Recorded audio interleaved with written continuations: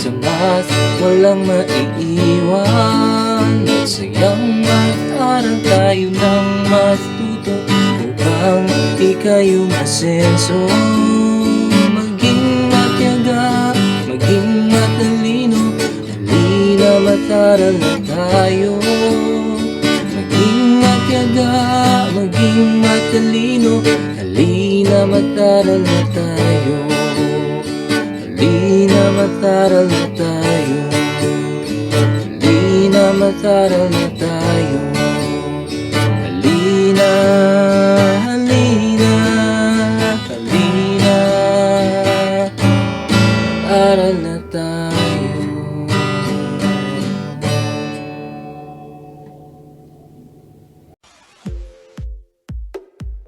Magandang araw po sa inyong lahat. Okay, so welcome to the second quarter of the basic calculus. So we're now in the first week wherein we're going to discuss the introduction to antiderivative of a function. Okay, so here are the objectives. At the end of the learning episode, the students are expected to illustrate the antiderivative of a function, to find the antiderivative of each function, and follow the rules in computing the antiderivative of each function.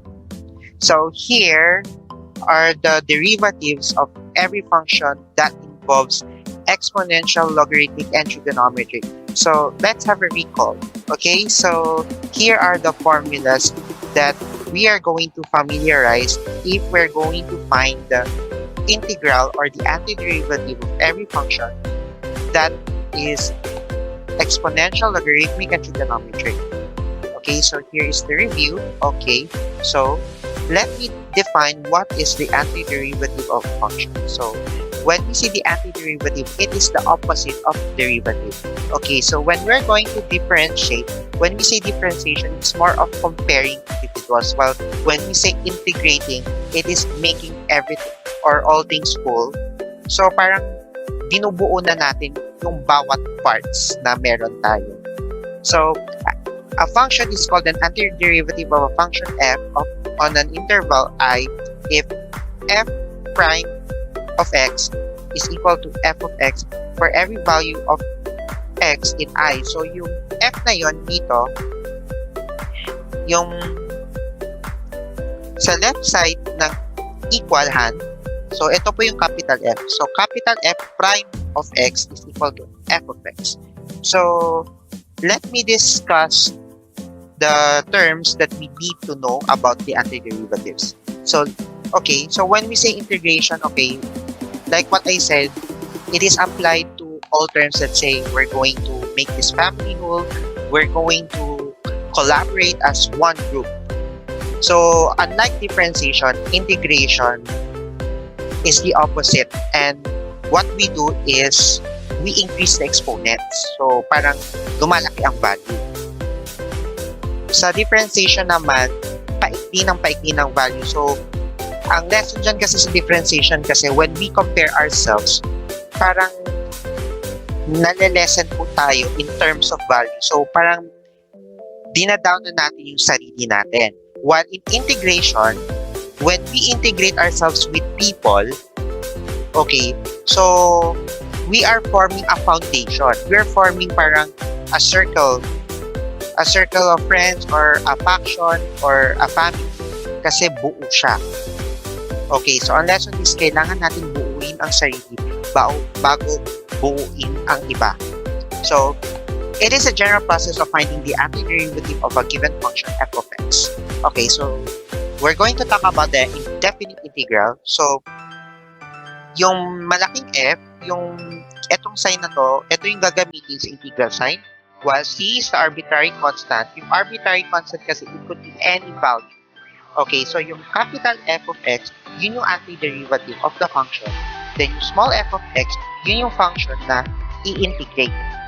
Okay, so when we say constant rule, okay, so yung a na yun ay constant. Okay, so what are we going to do here is, we're going to anti-differentiate, or let's say to find the antiderivative of 5. Okay, so y dx kasi differentiated na siya. So in order to remove the dx, okay, so we're going to find the antiderivative of this function. So it will be 5x plus c. So yung c na yun yung arbitrary constant. Pag sinabi kasing constant, number lang siya na walang variable. Okay, so when we say the power rule, okay, so what are we going to do is we're going to find the antiderivative of this function. Okay, so what are we going to do is this 4 is the exponent. So what are we going to do is we're going to add it by 1. Then, yung 4 plus 1 natin, also, it will be the denominator. Okay, so it will become 1/5, then x raised to the power of 5 plus c. So, here is the antiderivative of this function based on this rule. Okay, so when we say constant multiple rule, okay, where k is any constant, that constant can be a real number.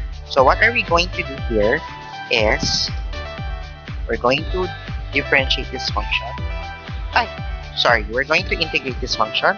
So it's not differentiate, this is integration. So we're going to integrate this function.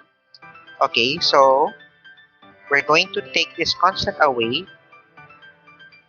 Then what are we going to do is we're going to find the antiderivative of this function. So it will become 8.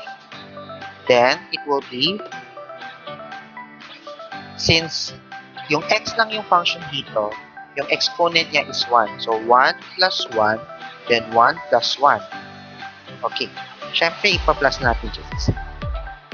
Okay, so 1 plus 1 is 2, then 1 plus 1 is 2.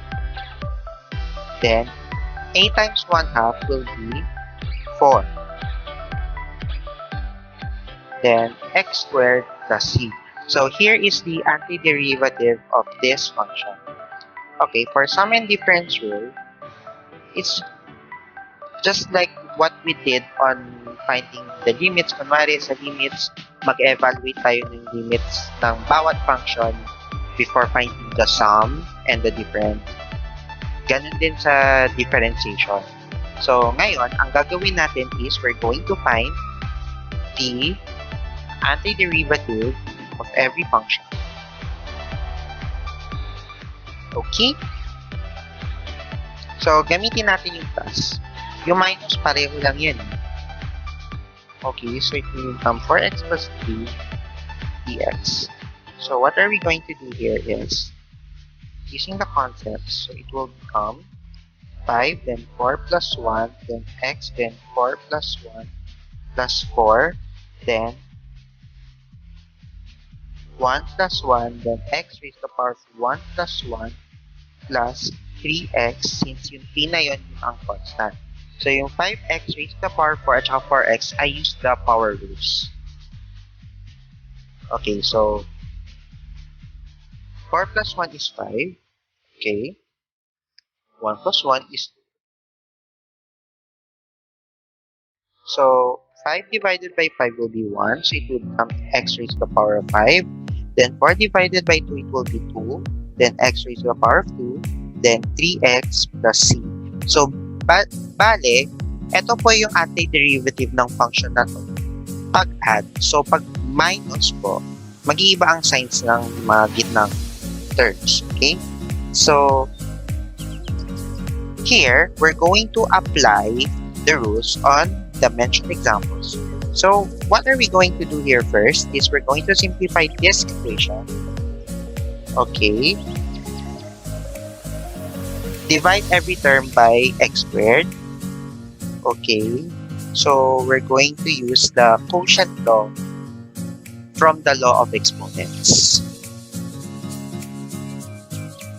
So, we're going to divide the polynomials with the common denominator first before we find the antiderivative of this function. Okay, so since quotient law ito, so magsusubtract po tayo ng exponent. So 11 minus 2 is 9. Then 7 minus 3 is 5. Then 4 minus 2 is 2. Then dx. So ngayon, what are we going to do here is we're going to find the antiderivative by using the power law. Power rule pala. So, i-add na natin tong exponent by 1. Tapos, ikakopya na natin din tong exponent plus 1 bilang denominator. So, same procedure lang dito.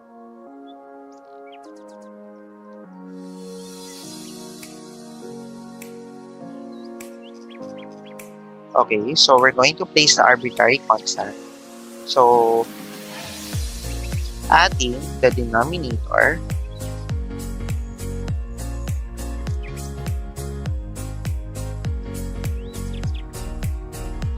then simplifying to lowest terms. So, 6 over 10 will be 3/5. 8 over 6 will become 4/3.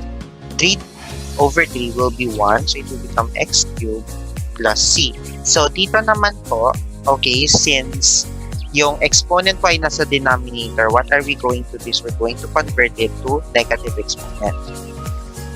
It will become 2x raised to the power of negative 5, then 3x raised to the power of negative 2, then we're going to copy this third term. Okay, so using the same concept po, it will become 2, then negative 5 plus 1, then we're going to add the exponent with 1 as usual. So, same lang ito. Okay, so negative 2 plus 1 bilang bagong exponent. Ang maganda kasi sa antiderivative, pataas ng pataas yung exponent. Pag differentiation kasi or derivative, pababa ng exponent hanggat sa maging constant siya. Yun sa antiderivative siya, tataas lahat ang degree ng function.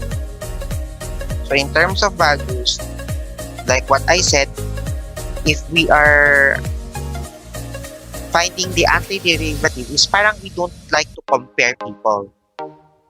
We see them as equal. So ibig sabihin, lalong gumaganda yung foundation or tumataas ang standards in terms of forming a foundation in terms of handling. So ganito ang application natin sa values. So, dito naman po, we're going to use the power rule. So, 4 plus 1. Then, the arbitrary constant. So, negative 5 plus 1 is 4. Ganun din dito. Then, negative 2 plus 1 is negative 1. Negative 2 plus 1 is negative 1. Then, ganun din dito sa exponent. So, 4 plus 1 is 5. Okay, so, we're going to simplify it sa lowest term and we're going to simplify na po. So, yung x to the negative 4 will be x4 sa baba. Tapos, yung 2/4 na yan, may giging 1/2. Okay. Then, 3 divided by negative 1 will become negative 3. Then, yung x raised to the power of negative 1 ay magiging x sa denominator. So, yung C po ay arbitrary constant. Okay, so in number 3 po, we're going to find the integral of the following. Okay, so now we're going to convert this radical function to a function with the exponent, which is a rational number. So, yung 2 na yon, yun po ang numerator, tapos yung 3 na yung denominator. Tapos dito naman po sa square root of x, magiging x raised to the power of 1/2. Okay. So, since yung x to the 1/2 ay nasa baba, it will become a negative exponent. Okay, so using the power rule, so 1 over 1 plus 2/3, then x raised to the power of 2/3 plus 1 minus 4, then 1 minus 1/2. So, imbis ka magpa-plus, mama-minus ka dahil negative si 1/2 or negative 1/2 plus 1. So, pareho lang din naman. So, pag sinabing 1 and 2/3 ay magiging 5 over 3 siya. Kasi yung 1 po yun ay 3 over 3. Tapos yung 1 po yun ay 2 over 2 dahil ang denominator nila ay 2. Tapos dito naman po, kaya yung 1 ay 3 over 3 kasi yung denominator natin ay 3. Okay? So, minus 4. Then, yung 1 minus 1 half natin ay magiging 1 half. Kasi, yung 1 natin is 2 over 2 based on this term. Then, 1 minus 1 half is equal to 2 over 2 minus 1 half. It will become 1 half. Okay? Then, ganun din siya dito sa exponent. Okay, so 1 divided by 5 over 3 will become 3 over 5 x, then 5 over 3 minus. So, 4 divided by 1 half will be 8. Then x, then 1 half plus c. So, actually, this is acceptable na rin po. So, if we want to change it to a radical form, sige, it's okay lang po. So, it will become 3/5, then cube root of x to the 5 minus 8, then square root of x plus c. Okay, so, or, to simplify, 3 over 5, then x, then cube, then x squared minus 8 square root of x plus c. Okay, so that's all when we're going to find the antiderivatives of algebraic functions. So here, we're going to find the antiderivatives of exponential and logarithmic function. So, yung e to the x, yun yung isa sa mga exponential function, pati yung a to the x. So, yung fn, ibig sabihin natural logarithm. Okay, so yung 1 over x dx, pag na-integrate siya, magiging ln x plus c. Kasi, di ba ito, ideally, it's x raised to the power of negative 1. Okay, pag in-add kasi negative 1 sa 1, then x to the negative 1 plus 1 magiging 1 over 0, then x to the 0. So, magiging invalid siya. Kaya nagiging ln x siya. Tapos dito naman, x is greater than 0 dapat. Okay? So, yung a na yun yung real number. Okay, so let me give you the examples of finding the antiderivatives of exponential logarithmic functions. So, dito naman, using the concept of sum and difference rule, so, pagbukod natin, okay, so balikan natin yung mga formulas. Okay? So, dito naman po, okay, ibubukod na natin si 9 kasi constant multiple siya.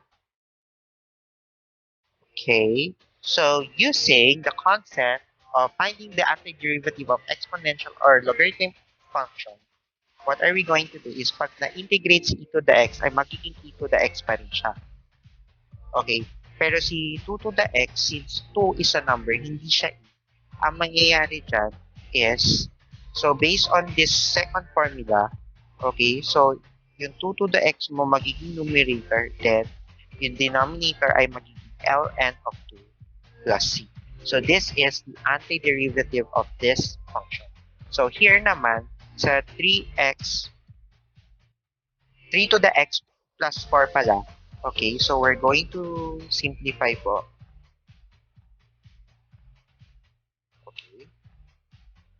So, pag sinabing 3 to the 4 po, ibig sabihin po, it is 81. Pero, pwede natin siya ibukod sa labas kasi considerably wala siyang x. It is constant pa rin siya. Constant multiple pa rin si 3 to the 4 kahit naka-exponential form siya.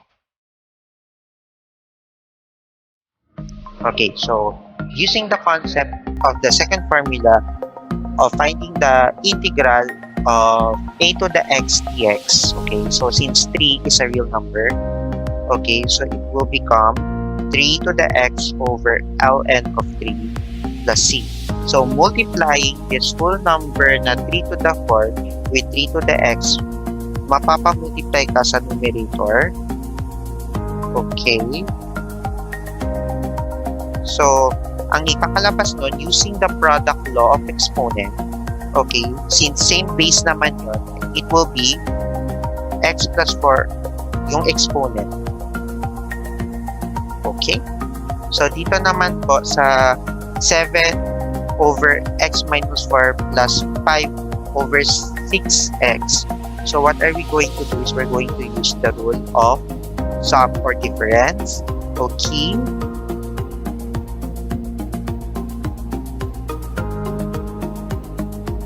So, since yung x minus 4, wala siyang degree, or since exponent niya ay 1, okay, so, what are we going to do is,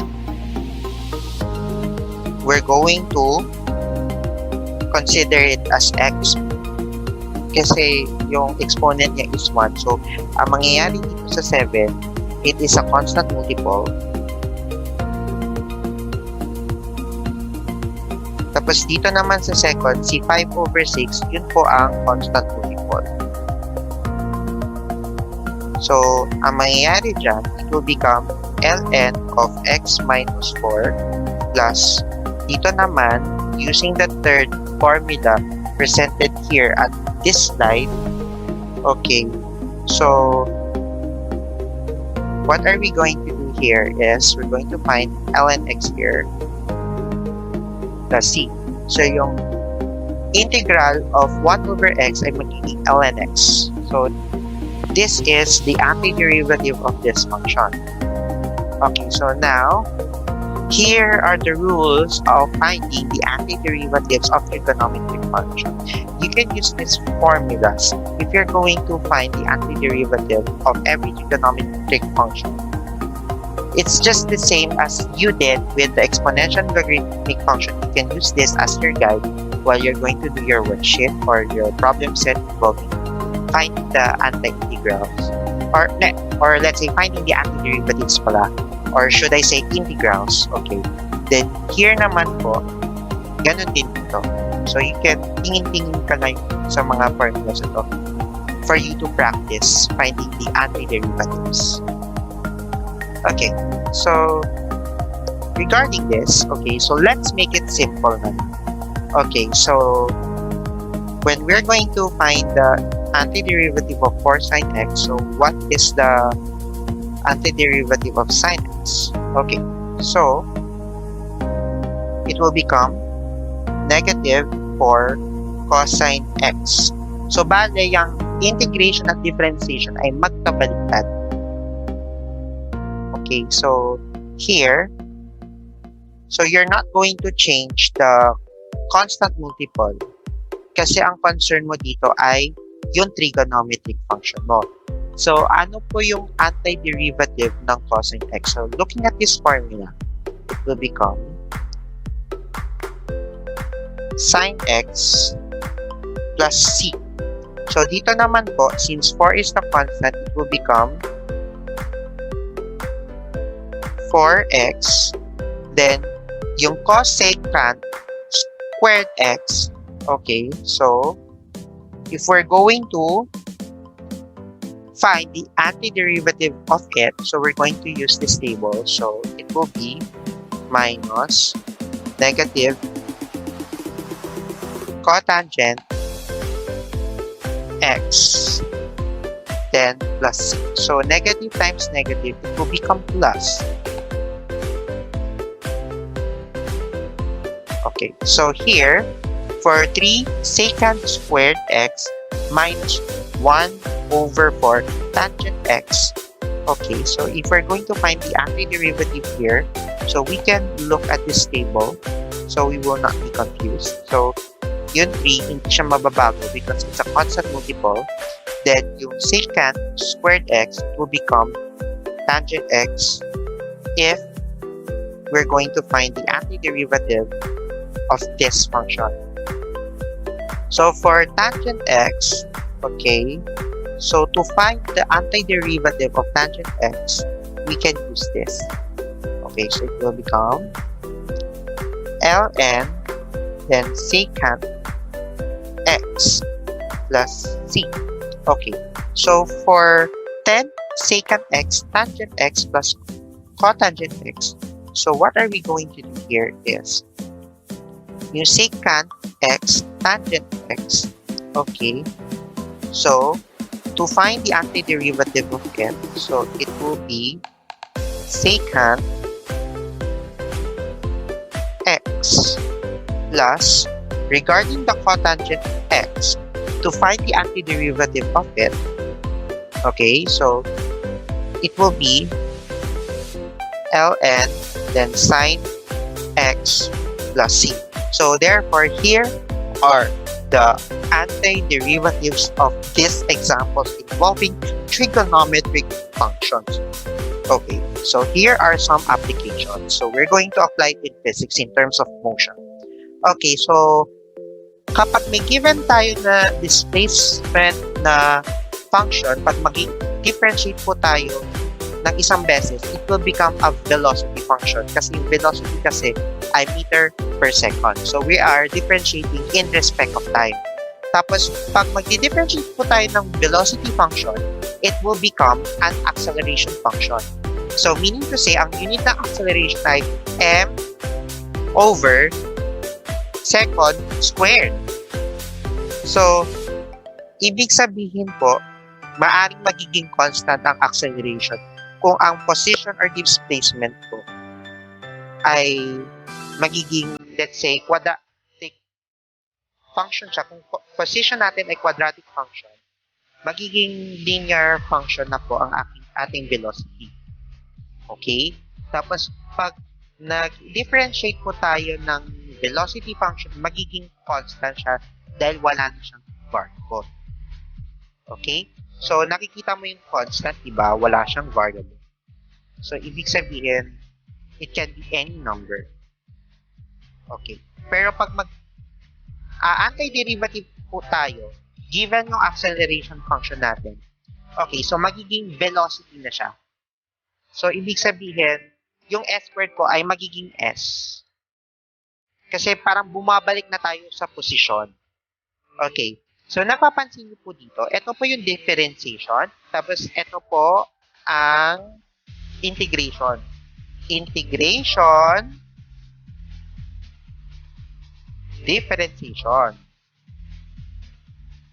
Ang purpose ng integration is we want to know the position of any vehicle moving or any person moving or any object moving.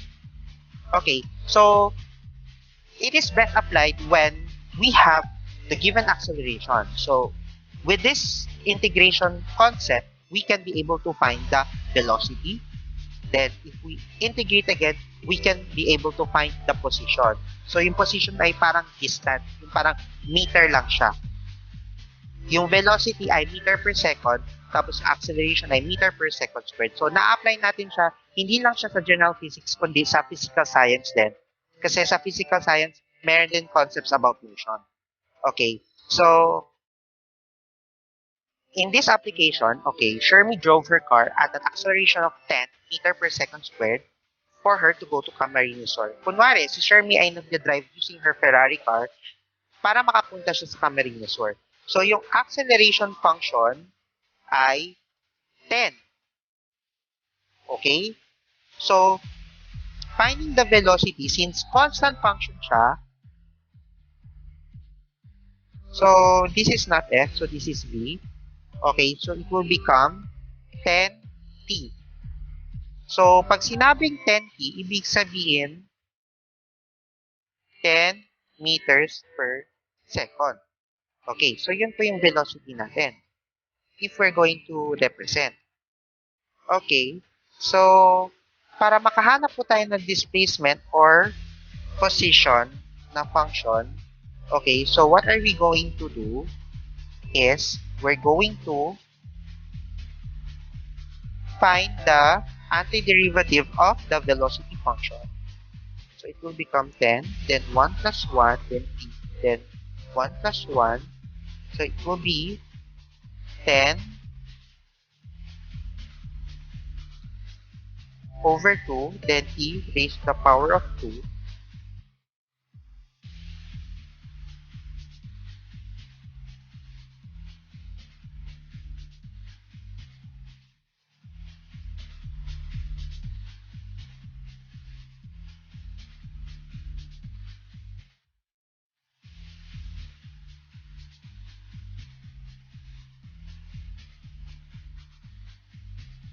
plus C. So, ito po ay maaaring magiging displacement function, pero kasi since we are obeying the antiderivative po, so dito naman po sa velocity function po, ideally kasi given yung acceleration function natin, okay, so mag-i-integrate po tayo ng 10 dt, so it will become 10 t plus c. Okay, yung c na yun yung magiging arbitrary constant. So, since dito naman po ay since c is the arbitrary constant, what are we going to do here is yung 10 dt ay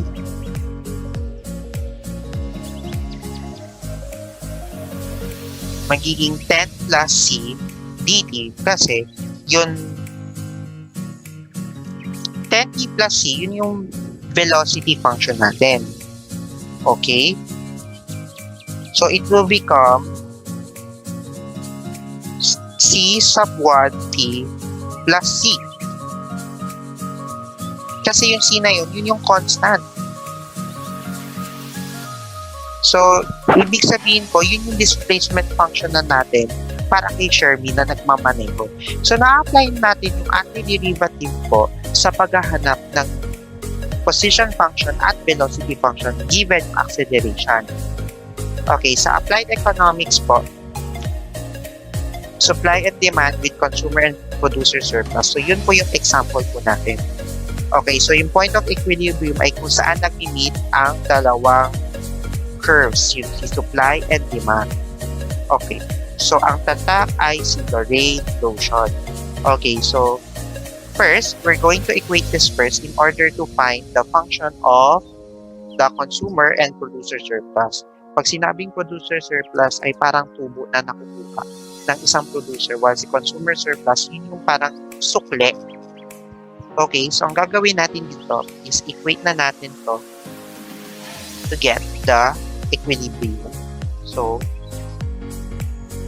solving na parang quadratic equations, okay, by factoring. So, our x will become 4 and negative 1. Okay, so we have the values of x. So, what are we going to do here is we're going to find the market equilibrium price. So, we're going to use x is equal to 4.